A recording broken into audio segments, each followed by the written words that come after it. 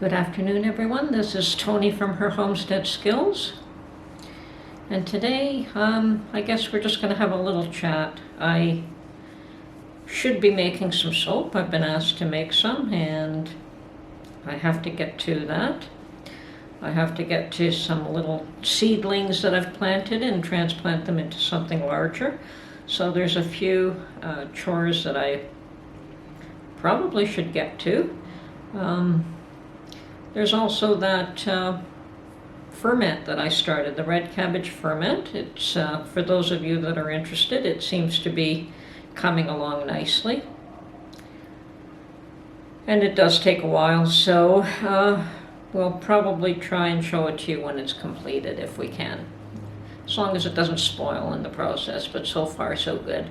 I mean, with every ferment, you never know if you're going to be successful with an end result or not anyway. But so far so good. There's no mold. It seems to be fermenting just fine, so we'll see how that goes. I guess one of the things on my mind lately has been that it's pretty clear that there seems to be a lot of interest in the videos that I post with regards to canning supplies, jars and lids, and what we're currently facing here, and the stock availability and what other folks are facing around the world. Well, the US and one lady from Australia.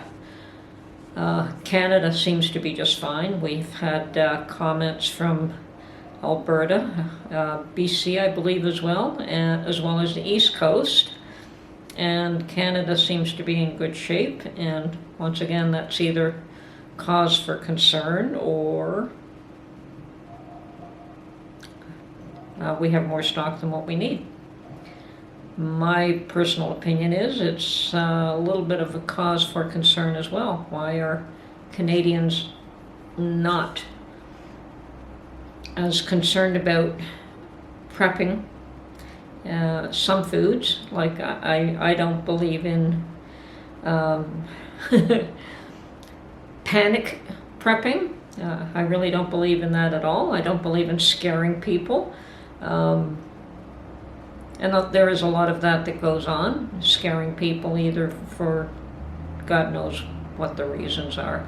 You have to do this now because if you don't, the sky is going to fall and we're all going to die. And I just don't believe in that mentality. I do believe that, and perhaps it just comes from a yearly harvest mentality. You get the harvest at the end of the year and you preserve it, rather than, there's going to be serious issues down the road and prepare for that. And I'm sure there's a little bit of that as well. The times are not comfortable. There's a lot of change, and change is happening all the time. Not all of it good. I wouldn't say all of it's bad. Change also, with change comes opportunities, and we have to decide, a loss at one spot could be a gain someplace else. We just have to determine what we can do when we're faced with that. Because, what do they say? When one door closes, a window opens. So there are opportunities. We just have to see them. And a lot of people out of work, a lot of people with reduced incomes right now, a lot of people concerned about their future, and that's quite normal when there's this drastic change going on. You see, Canada has also not faced a lot of the difficulties, whether it's weather-related or wars. It's not that our boys don't go to wars, they do, but they don't seem to. I haven't seen them come back in wheelchairs the way I have seen the young men from the U.S. I was down in Pennsylvania one year, Pittsburgh, We were invited down there by some people for a weekend, and the hotel that Mark and I stayed at had some event for injured boys that were injured in wars, and it was just heartbreaking to see young man after young man after young man wheeled out of that hotel in wheelchairs. And there wasn't one, there were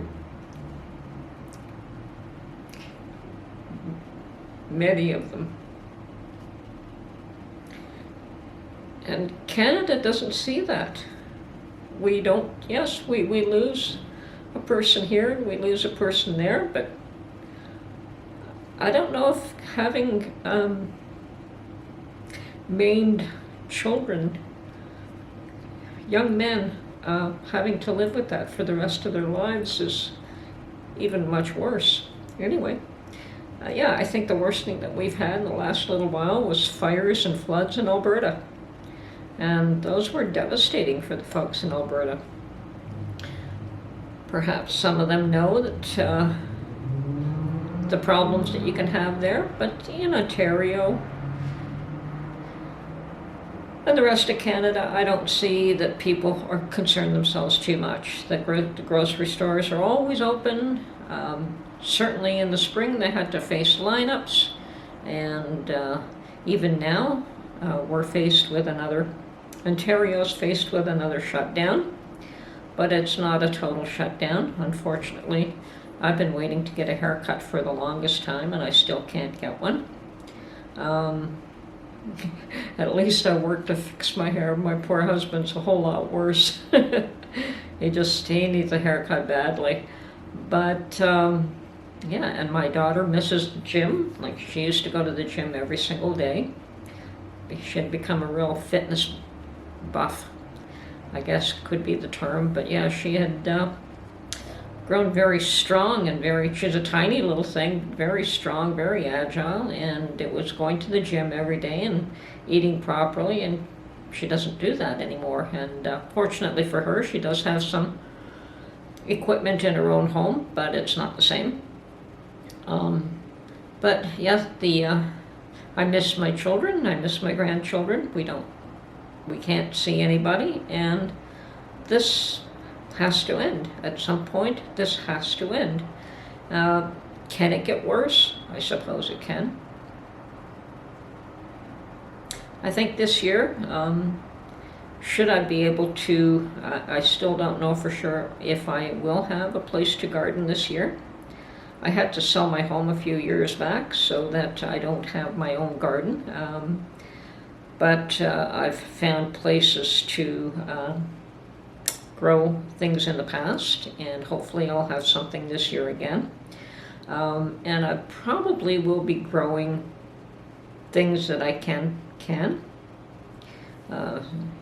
Things like pickles. I could make my own pickles. Hopefully, grow cucumbers and ferment pickles, and beans and beets and things of that nature that if there's an excess, I can certainly preserve it. As well as things that you can eat fresh for this season. Unfortunately, even if I do have a garden, it'll be a small one. So there are a lot of things that I will not be able to grow that I would love to be able to grow. But for those of you that do have gardens, take advantage of them. And for those of you that have access to mason jars, buy them while you can.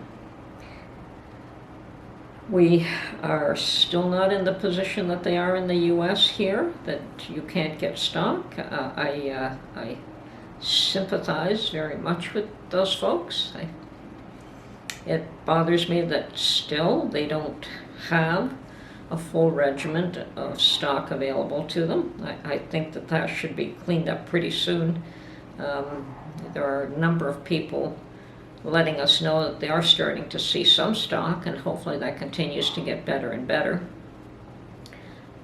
But there's also the underlying cause of why is there a shortage? Are people becoming more fearful? It's quite possible. I think that the run on the toilet paper that we had last spring opened the eyes of many people. Certainly, I myself did not do a run for toilet paper.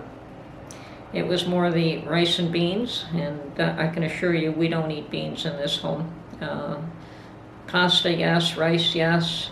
Beans are really not a staple in this home at all, but they are protein, and if you can't get other foods, beans are a good protein, and we would adapt and have to learn how to eat them. So I think initially I did try to make a few meals with beans, but I'm still not, neither Mark or I are all that familiar with making foods with beans. So, I mean, a cold bean salad, yes, that's really nice, that's really easy. Making some, a chickpea salad is always really nice. But other than that, having, or even chili. Chili is one of those other things that we make with beans, but there's not too many foods that we do eat with beans, so it would be an adjustment for us. One that I would not be afraid to make. You do what you need to do, and I think in life that's what a lot of people don't like. They don't have what they want when they want it, and they get very upset. It's understandable, but you have to get past that, and you have to turn around and say, okay, well, I can't do what I want. I can't get what I want. I don't have what I want, so what can I do to substitute, or what can I do differently? And yes, when people were doing a run on toilet paper, I was doing a run on rice and beans. I still have most of them. For some odd reason, we stopped eating. I mean, rice we ate quite often, and for some reason, not so much lately. But we go through phases with food, Mark and I. He's into his shrimp scampi these days. We eat a lot of that. But I don't mind seafood, so it's great. Or pasta and meatballs, like we did a lot of spaghetti and meatballs, and we eat a lot of that as well. So, but yeah, you go through phases, and then you don't want it again for months and months.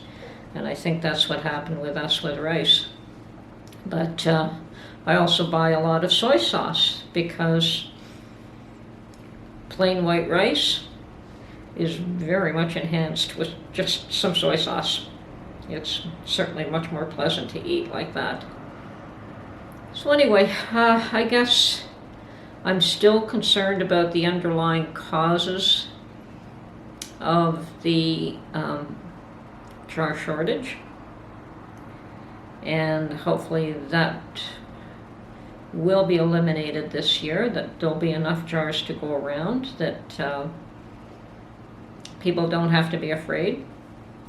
And the ones that still can't get jars, that hopefully they learn to adapt, and that they find other ways to supplement or store foods or adapt to changes in the way they eat. I think if I only had a limited amount of jars, I would just be very cautious of what I did put in jars, and certain things that you don't, that you can save the jars for the more important foods in your life. I wouldn't name what they would be. I know in my life, I do, beans would not be predominant, and I do have a lot of canned, kidney beans and chickpeas, but they would not be predominantly the foods that I would can. Certainly you can use the Instapot these days, so you don't have to soak beans overnight, and they're not that much of a chore to cook with an Instapot, and it seems like everybody's got an Instapot today. So it's not as crucial to canned beans, I guess. So if there is a shortage again this year, that would be my way of looking at it, is what's the most valuable foods to can, and what can you do, what can you still eat without, and store and save and keep, that you're not going to can. Like dried beans, you can keep in-house all the time. I hope I haven't been rambling. I think I have. I have to get to making my soap, and I have to get to a few of the other chores I have to do in-house.